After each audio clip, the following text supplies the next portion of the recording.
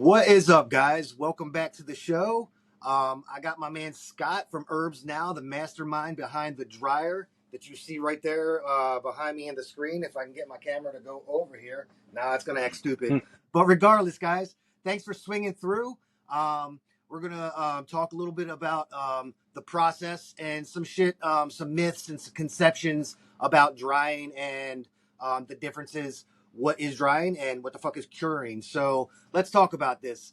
Scott, man, welcome. Introduce yourself, man. Tell everybody who you are and why we're here.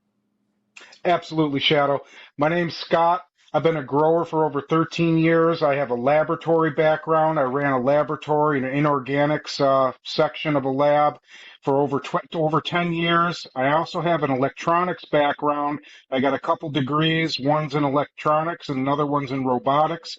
All this information helped me build the Herbs Now dryer. It helped me create this tool so we as growers can have safe, consistent drying every single harvest. That was my whole goal with all of this. Hell Welcome. yeah, man. Hell yeah, bro. So let me get into a little bit of our conversation straight off the top because I know viewers, they like to get right to it and they like to hear the meat that's on that bone being talked about instead of just a whole bunch of just frill, right? So let's get into Right, this, right. man.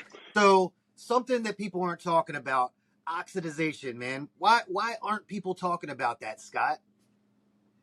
Well, I think a lot of times, I think the main reason it's not talked about is because it's not romantic. It doesn't bring anything to the table for the process of curing. In fact, it's taking away from the process. Okay. And when it takes away, I think a lot of people don't want to hear that. It doesn't sound, fun any longer. It brings a certain uncertainty to the table. It brings reality to the table, and people don't want to, deal with all that. I don't think a lot of the times, but the facts remain. It's a constant threat to our buds. It is an ever-present threat that never goes away. So we have to deal with it one way or the other. You can either ignore it and act like nothing's happening, or you can do things to help reduce the amount of time oxidation has, to affect our buds. Absolutely, Now, man. And that being said, that's where you came up with this right here, man. that's right. That's right, Shadow. I looked at a lot of things, and one of the things that I seen and came up with was a vacuum container. In order to reduce oxidation, we need to have an environment that is low oxygen or no oxygen. As long as there's oxygen present, there's going to be oxidation. So, to try and have the best preservation as possible to retain as much as we can on the buds, we want to try and store everything in a low oxygen environment or a vacuum environment where the oxygen obviously is low in a vacuum. There's no oxygen, you can't breathe. Let's look like the spacemen can't breathe out in space. No oxygen because it's in a vacuum. So the closer we can achieve this, oxygen-free environment, the better chance we have of preserving more terpenes, more THC on our buds. This is why I went with the vacuum container. Um, it'll, yes, it provides a small amount of vacuum inside the chamber, reducing the oxygen levels and, you know, prolonging the terpene preservation. Now, to my knowledge, I think I have the only, I think there is another thing on, but my vacuum container is one of the very few things on the market that is, set up for, you know, storage of cannabis.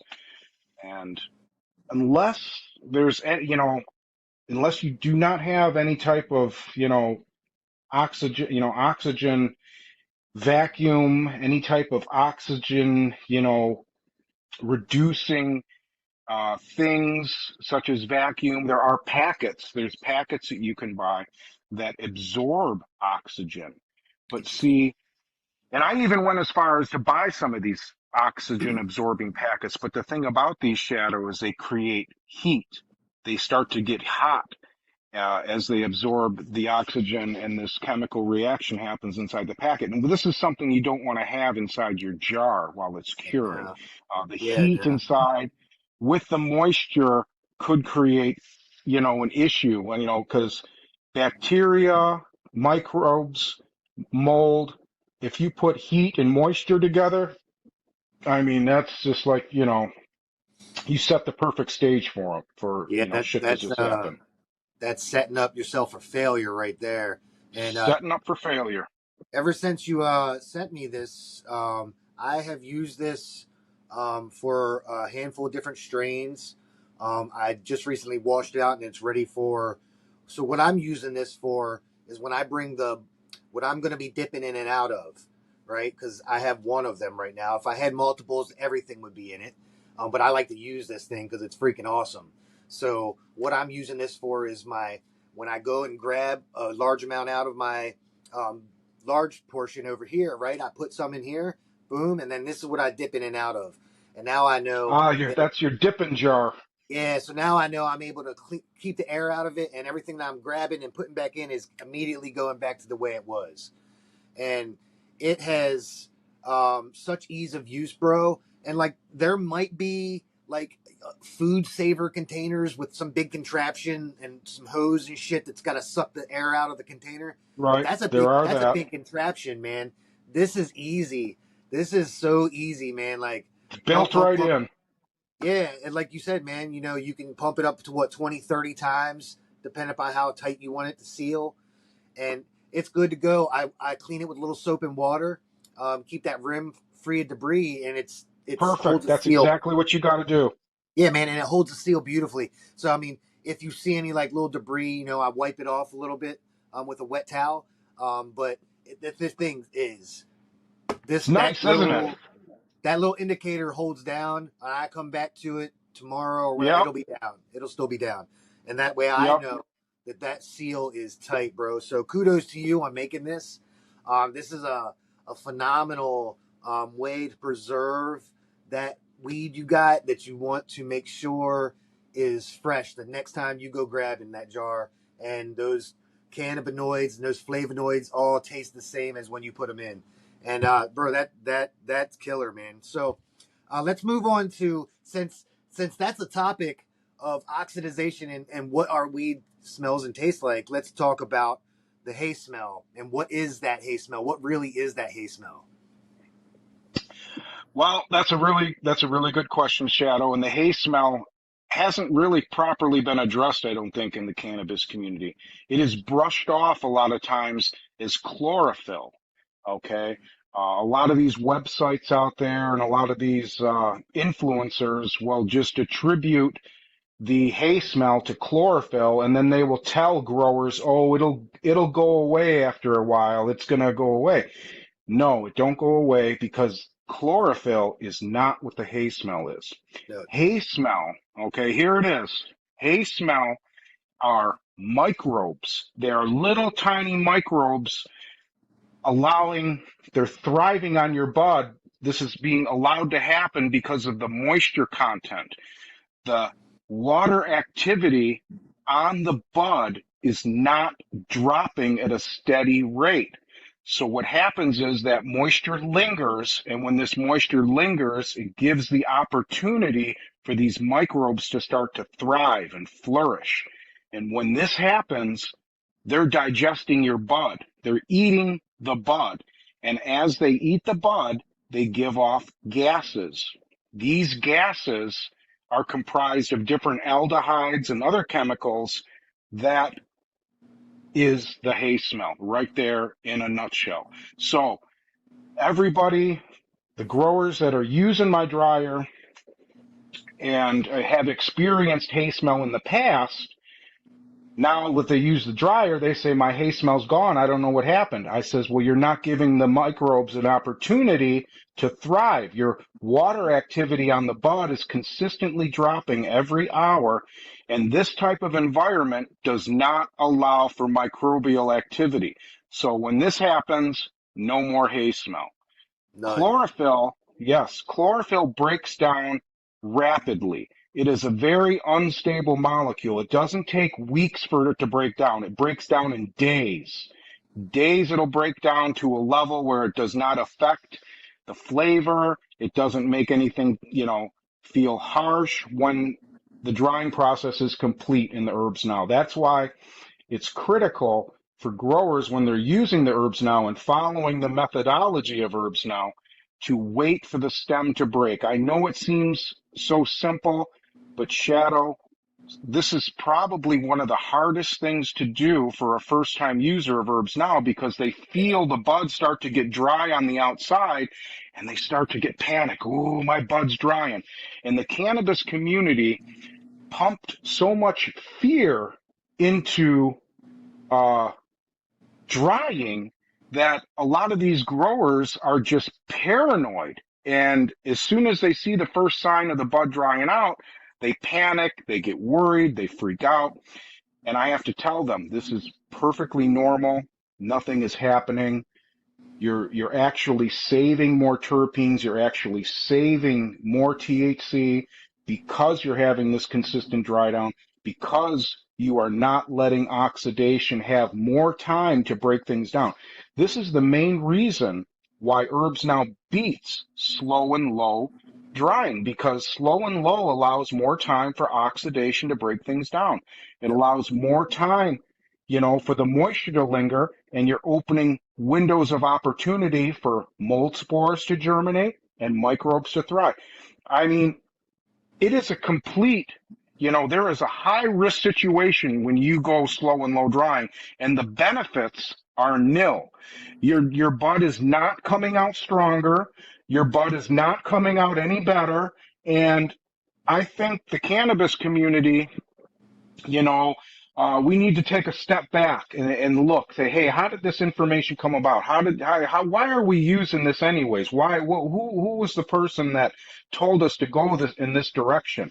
Well, I think we started going in this direction simply because um, cannabis has been illegal for a long time in many states, and a lot of the information that we got um, came through the underground, came through, word of mouth, oh, this OG is doing this. Oh, this OG, you got to do this. And nobody really had the ability to check and to see what actually was going on until just recently. And I got into the game. And I have to admit, I was just like everybody else. Even though I had an electronics background, even though I had a background in laboratory uh, analysis, when you get into something you don't know, you start going to websites and you start looking, hey, how do you dry the bud? And they say, oh, this slow and low. And I did it. I did it for 2 years, slow and low drying. My results, okay, were, I don't want to say horrible, but they were subpar. I would get mold, not on all my buds, but I would get mold on some of the buds that were hanging. I would get hay smell, and the jars did not smell good. Okay, when the process was finished, the jars did not smell good. I did not like it. I was upset. Okay, because during the beginning when I started growing, I needed all that bud. I needed every gram that I grew.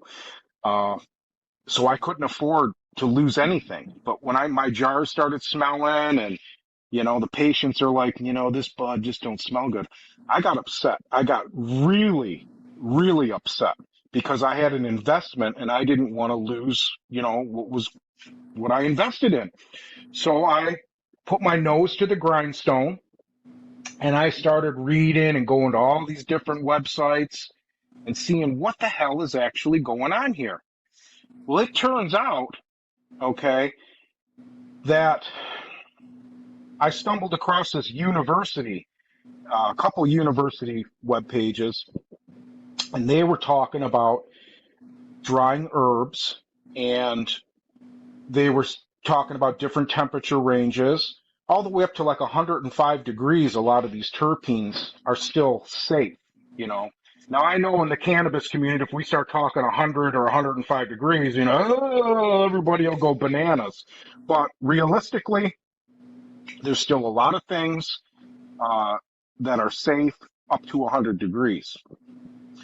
Well, then I started seeing different stuff about oxidation and things breaking things down. And I'm like, it just clicked. I'm like, wait a minute, the cannabis community, they totally overlook this. Nobody is talking about oxidation. In fact, it's not even a consideration when people are drying their buds. It's just completely overlooked, and they think that nothing is happening. It's just that's how it is. Well, that's not how it is. And once we chop our plant down, we are in a constant threat of things happening to those buds until they are properly dried. That is it in a nutshell right there, Shadow. Until that bud has come down to a proper level of dryness, it's in danger. It's it's in danger. It is, and I think this what everything you just said is the same struggle that every beginning grower goes through. You just came into that situation with more experience in the realm that everybody needed you to be there. So everybody needed you. Right, Everybody needed you to come into this community and look at this from a different way of painting a painting, because right. we all don't have to paint it like Bob Ross, right? We can be No, like Picasso over here, or we could be like Scott at Herbs Now and think of something differently, and that window of time to dry. And there are other products on the market. I'm not going to name names, Scott, but you and I both know who I'm going to refer to. There are other products on the market that they basically package a very expensive way of drying and still have a short dry window that nobody talks about, right? And I heard on some other influencers channels the same. Everybody's questioning 60/60 now, and who was first, baby? Who was first? you've been saying it for quite some time now, Scott. Six And years, 6 years, Shadow. yeah, bro. And I'm gonna tell you what, as a connoisseur, I am. I've been smoking cannabis for 30 plus years, and I'm not fresh off the boat when it comes to what does good weed taste like. And I know the difference in my dries changed the immediate time I got your product that's sitting right there. And now I have plants waiting to chop. I have a plant that's in there right now drying. I just pulled one out and it's now in its curing process, which we'll get to. That's a different scenario than this, right? But your you have simplified it. And look at this space over here, right? Like I got my camera acts normal, but that little fucking space over there that's this big is drying like a half a pound of weed. You know what I mean? And Heck yeah. boom, like so I can process about a half a fucking pound, and I might pack it a little tighter than you would expect or something. But in some of my other videos that I've recently posted about how I go about using your product, honestly, you can't really use it wrong if you just pay attention to that stem, and you don't fucking just shove it all in there. It Right. you know but Scott, you have, as the grower, this is a tool that we're responsible of using at our risk. When if our buds are not dense like an average bud density kind of should be, if it's airy bud, you might have to pull it out sooner. if your Sure. bud is so Absolutely. if your Density bud is plays a so role. if your bud is so dense and you put big chunks in there, you might need to go a few more hours. But regardless, Yep. check the stem. Now, I even implement a moisture meter so I can see, because I like to get my stem to about 12% moisture and pull it out, and I get a crack. Okay. It doesn't completely fall off. I have some fibers left to it, and I think that's something that a grower has to learn a little bit about that stem crack, because you can, if it cracks completely off, I think you may have taken it a little far. Your bud's probably not as dense as you expected it to be, right? So there's a little bit of a variable, but that's a just pay attention to the stem crack that you've been preaching. Make sure that stem is cracked and then pull it out. That's right. So I'd like to just touch on one thing real quick. So with my laboratory background, I passed state examinations up to 1 part per million on wet chemistry testing. I did all kinds of tests for states, and I had to pass them in order for the laboratory to be compliant for testing because we had to get state approval. So this was very important shit. So I had to follow methodology, spot on. I had to be accurate. I had to be consistent. Why am I telling you all this? I'm telling you all this because I want you to know that I know how to follow procedures. I know how to follow procedures. I know how to follow methodology. So when I started following the methodology on these websites about drying your buds slow and low, all this drying stuff, and I started following it and doing it, and my buds weren't coming out and smelling great the way they should, I knew from that point forward that the methodology was wrong.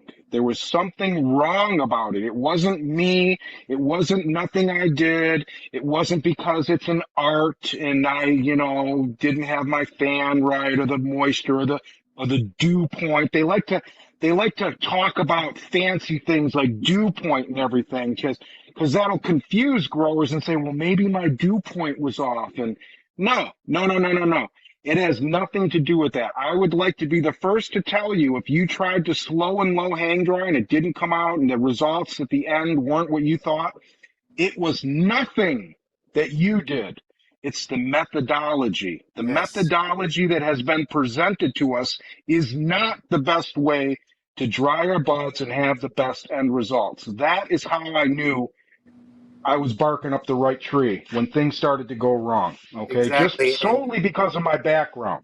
exactly. And so, let me have you explain why a consistent dry down is so important. A consistent dry down is so important because there are several factors. Okay. One, we don't want mold spores to germinate. Okay. Mold spores can germinate within 24 hours of having an environment where the moisture is lingering, where your water activity is not dropping down at a steady rate. Okay. Mold spores can germinate.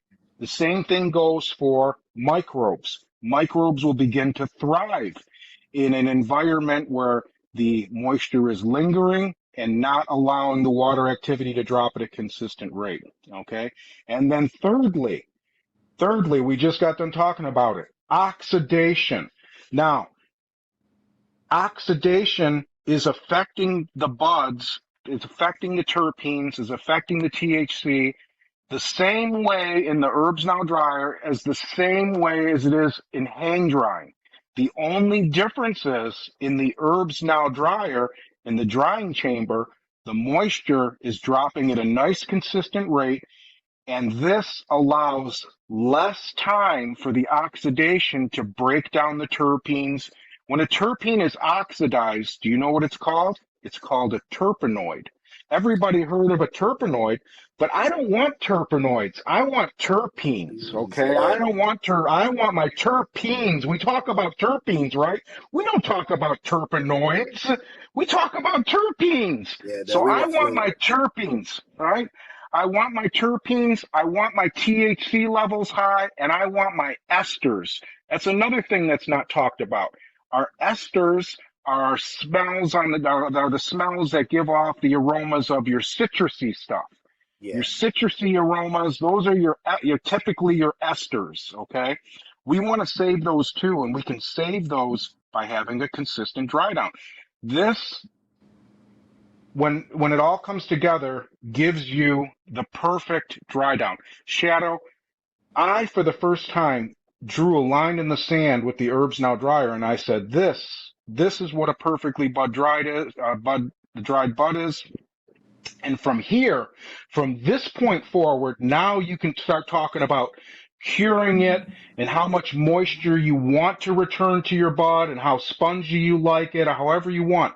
This is what gives us the control over the curing process and having a consistent dry down. And that leads me, yes, man, and that leads me into actually you discussing the curing process thereafter coming out of the Herbs Now.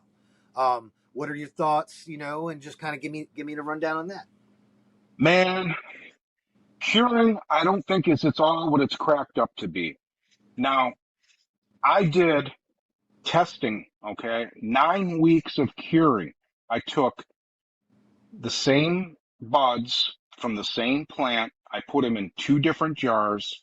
And what I did was I took laboratory tests at the beginning of the cure and then every 3 weeks for 9 weeks. What this showed was absolutely incredible information.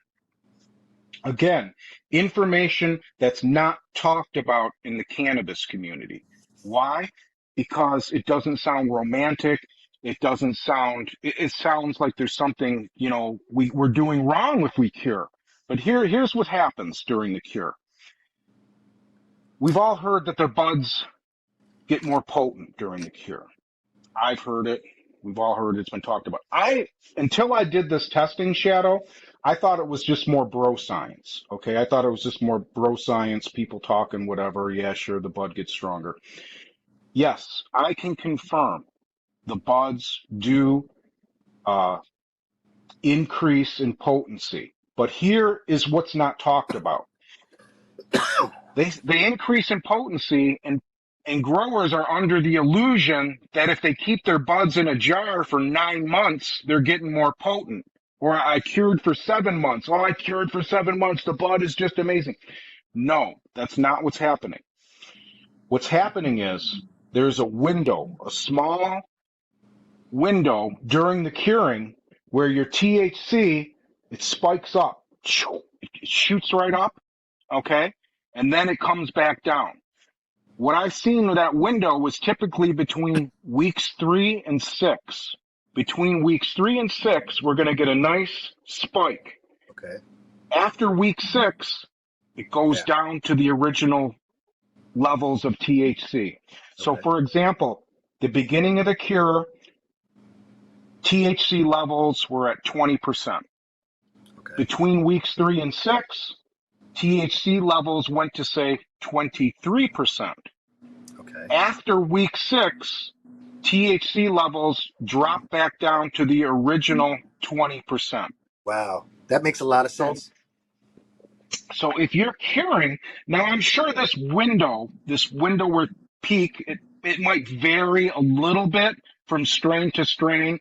Maybe one strain will peak out between weeks 2 and 4, and Yeah. another strain will peak out between 3 and 6.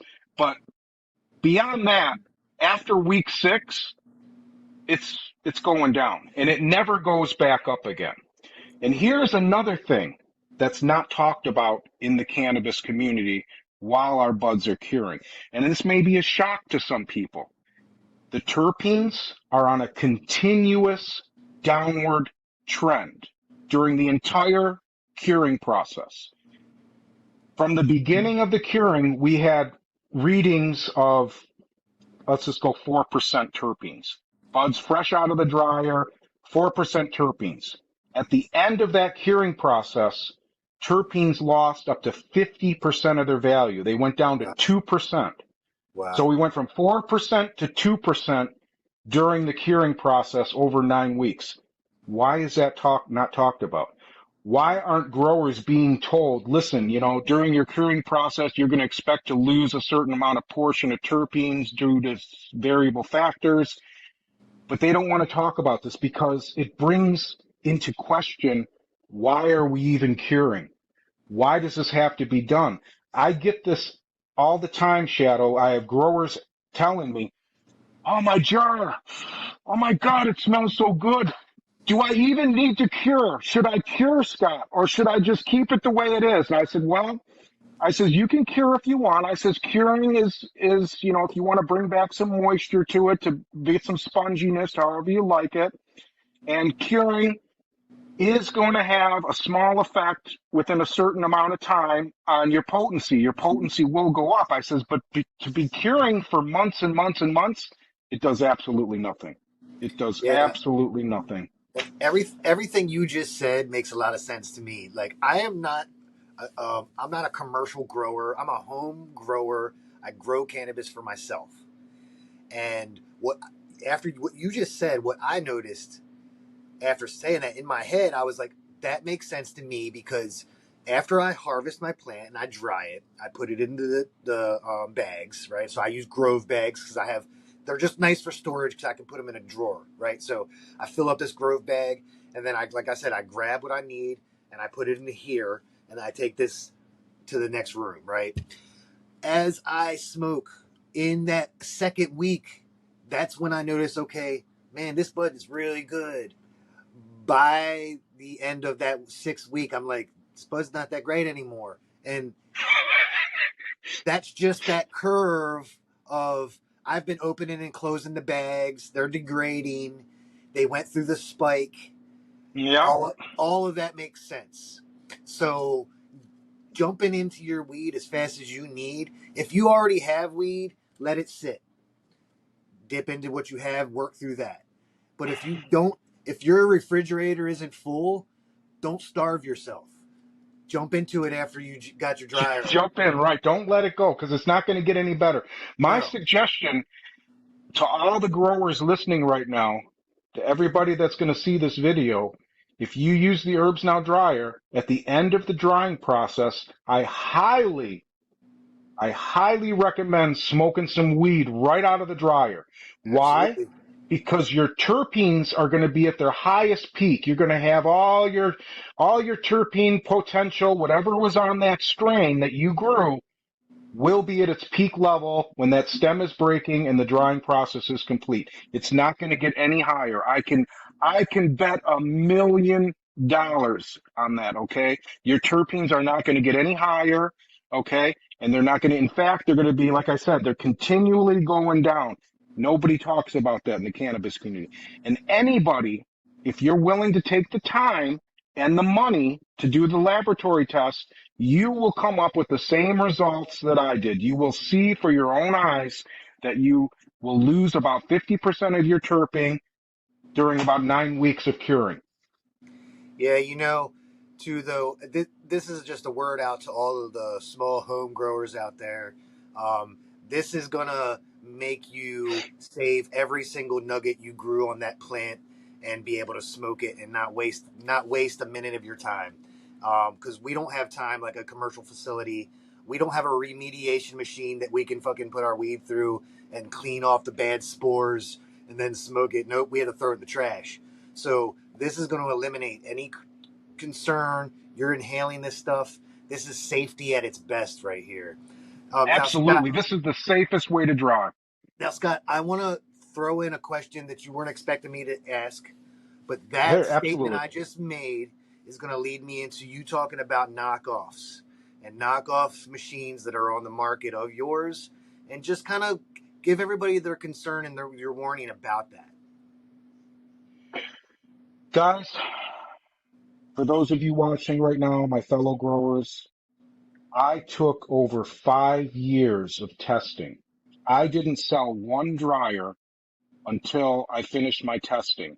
I did testing for over 5 years. I tested all the temperature ranges. I tested all the way from down to 60 degrees all the way up to about 135 degrees, okay? 135 degrees, from 60 to 135 degrees. And what I found, okay, was the perfect temperature range to dry our buds. And anybody else can do this. If the so-called experts would have taken the time to actually look at the data and not base their methodology on preference and opinions, they would have seen this a long time ago, but they didn't. I came along, I did the testing, I did the homework, and I found the perfect temperature range to have a safe, consistent dry down every single time. My dryer cannot do meat, it cannot do fruit, and I know there's some growers out there that say that they dry their mushrooms in it, but mushrooms cannot be dried in my dryer. It can do Why? bubble hash. It can do bubble hash, but it won't do mushrooms. Mushrooms need a temperature of at least 135 degrees Fahrenheit to get a proper dry down. If you leave any moisture in that mushroom, in that fungus, it will get slimy and it'll be no good, okay? Mushrooms have to be dried to a crisp, so they're at a much higher temperature.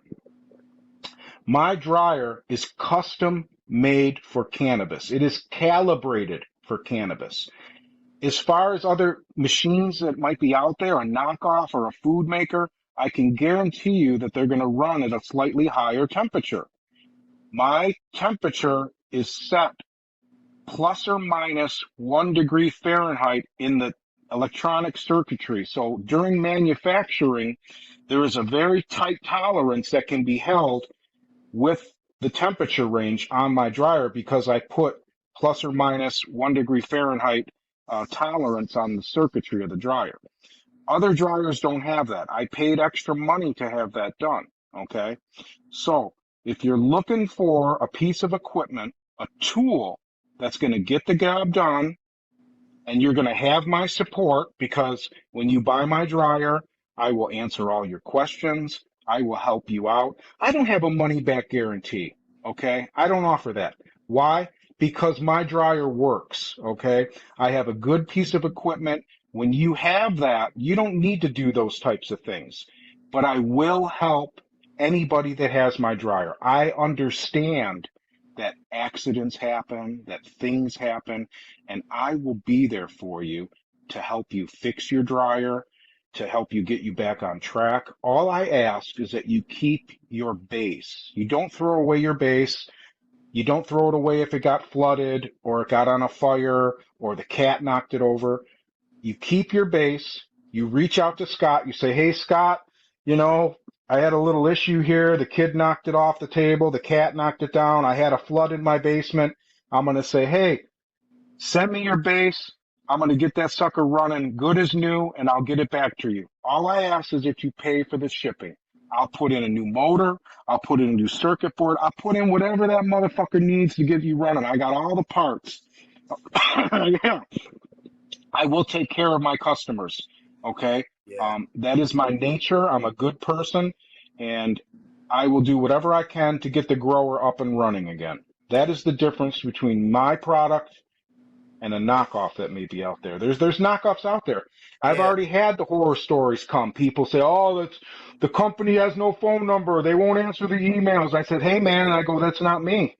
Of course they don't. Yeah, and I mean, okay, so if you're concerned, once again, everybody's worried about what happens to their product, and that is something that I would be concerned about. Going onto Amazon, picking up some rando thing that says, "Yeah, it'll do it," and not having a face that goes to that, right? Like with the Herbs Now dryer, you're the face of that dryer. I know Correct. I have an issue. I'm gonna DM you on Instagram, or I'll call the company, or anybody's gonna help me, and I'm gonna get immediate like answers to anything I have issues or problems, which I've had zero. Absolutely. I've had zero in the entire year I've been running this thing, and it's ran over and over and over again, back to back to back. Like you could just run the thing, and it's like That's why that's super how I made it. it's super durable. Like, and you know, your sales, you can go to your website and you can tell that people like this thing because products sold out, right? And out of stock. I love seeing that because that tells me that you're like, it's doing, you're doing things right. And that's awesome. And I've been on the shop and I seen you got some other stuff in there. Like there's a basket and there's a few other things, right? So, you know, String guys, basket, the go, moisture shot. I yeah, got more man. things coming too. I got And some this exactly. next Okay, so shipment. if they're worried about moisture, get his moisture shot. If you got a whole bunch of little popcorn buds, get the basket. Or there's all kinds of stuff you can do, man. And you've just kind of tailored this for cannabis, like you just said. You could stack what 8 racks? How many racks have you seen people stacking? I got growers out there got 18, 20 racks high, Yeah, I've but they seen them. got to rotate it, But Yeah, but I've they're seen them doing it. stack high. They're jacking that shit up. Exactly. I know. I want to add some more to mine as soon as you get some more back in stock, man. So, guys, I highly recommend swinging by, picking yourself up one at his website. He's going to take care of you if you have any questions or issues I with it. Um, and I mean, you can't go wrong. It's going to save you space, time, money, and most importantly, your harvest. Because That's right. that that is the end game here is, and for a small home grower, unless you're in a commercial facility, you don't need to be watching this episode right now. And Scott will come and he'll tell you what's wrong with your drying process there. As a home grower, we need this simplified, and this is it. This is not we don't need a separate tent. We don't need to take up we can get our stuff out, get going with our next crop, Right. throw that plant in the dryer. If you're worried about smell, he's got a lid that takes care of the smell. He's covered That's right. every single corner's been covered. Moisture's been I covered. got the The carbon dry's been filter on deck. right there. So the smell of it has been covered. The moisture level has been covered. The capacities have been covered. The time of your dry has been covered. The space of your dry has been. I mean, what else do we want as a home grower? And then Peace of mind. you take all of Peace that of said, mind. and the price is under $200. I mean, come on, get out of here, man. Forget about it, Right. bro.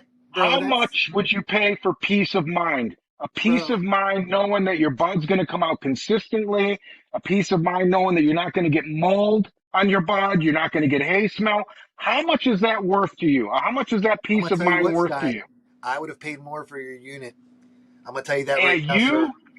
you and thousands of others would have. I had people telling me, why aren't you selling it for $500? I said, That's I don't exactly want to what I. do that.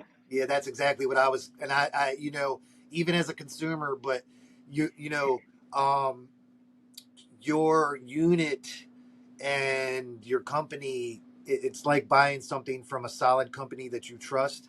You buy for that name brand because you know it's a fucking good company. um, Right. this right here is from Puffco. I can go on Amazon and get a $10 one, but I went to Puffco because it's solid, it's got the ceramic, it's a good company, so I spent the money at that company. And that's what you want to do. You want a company you can trust. There's a name, there's a phone number, and this is it. And I would have And spent more. Scott. that is the customer I want to attract. That is the customer I want to deal with. I know there's people out there that'll just buy the cheapest thing. They're just trying to save money. They're just trying to get whatever.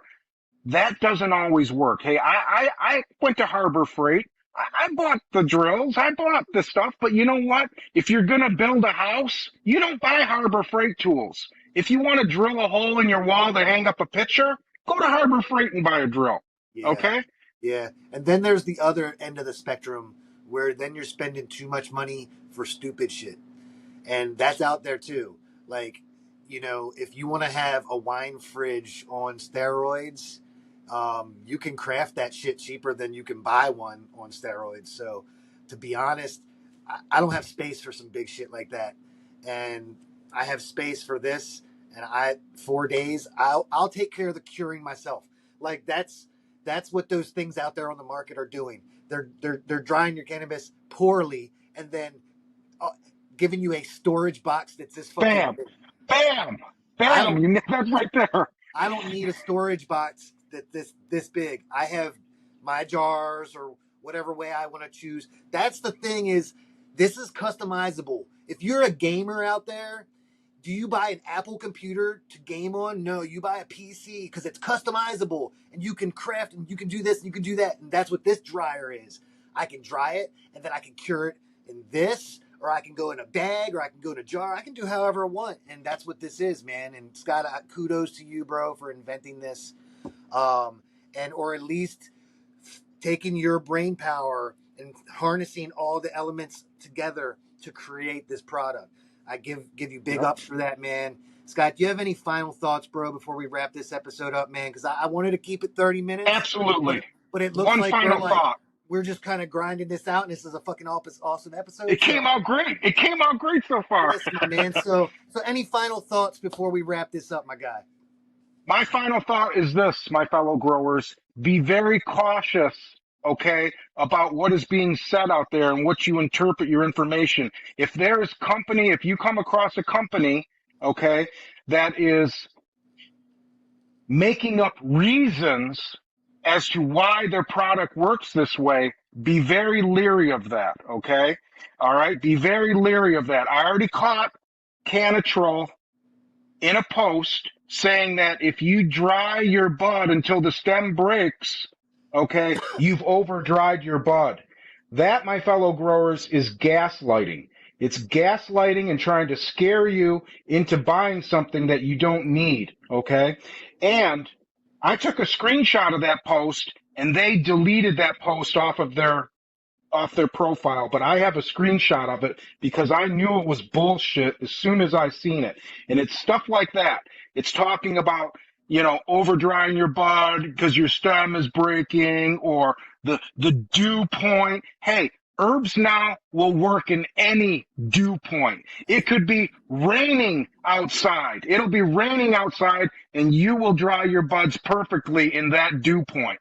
Okay, so be very careful. There's a lot of tricky words out there. It's I'm about not, consistency. it's about consistency. I made a tool for us so we could have a consistent dry down every harvest, a safe dry down every harvest, and eliminate the guessing games. That's what I did, guys. That is correct, man. Scott, bro, big ups, man. And you know what? To you, bro, we're gonna come back. We're gonna do this a few times. Cause I think we have a Hell lot of. yeah. I think we got a lot of stuff to kind of go over. Maybe break some stuff down individually and make some. So everybody out there, if you have anything that you'd like us to talk about, you would like to hear Scott talk about more, hit it up in the comments. Don't forget to hit subscribe so you can see the next videos I put up with got Scott in it, man. And big ups to everybody out there. Thanks for hanging in and watching. Scott, thanks for swinging through. I really appreciate it, bro. You got anything you want to say to everybody out there real quick before we go? Thank you all for your support. I really mean that from the bottom of my heart. Herbs Now would not be where it's at today if it wasn't for your support, if it wasn't working, if your jars weren't smelling like fire and you guys weren't getting higher, I wouldn't be here. Awesome, Thank guys. you. Well, thank you guys, and thank you for everybody watching. And to my sponsor, TMB, big ups. Everybody out there, have a good night. Stay stony. Peace.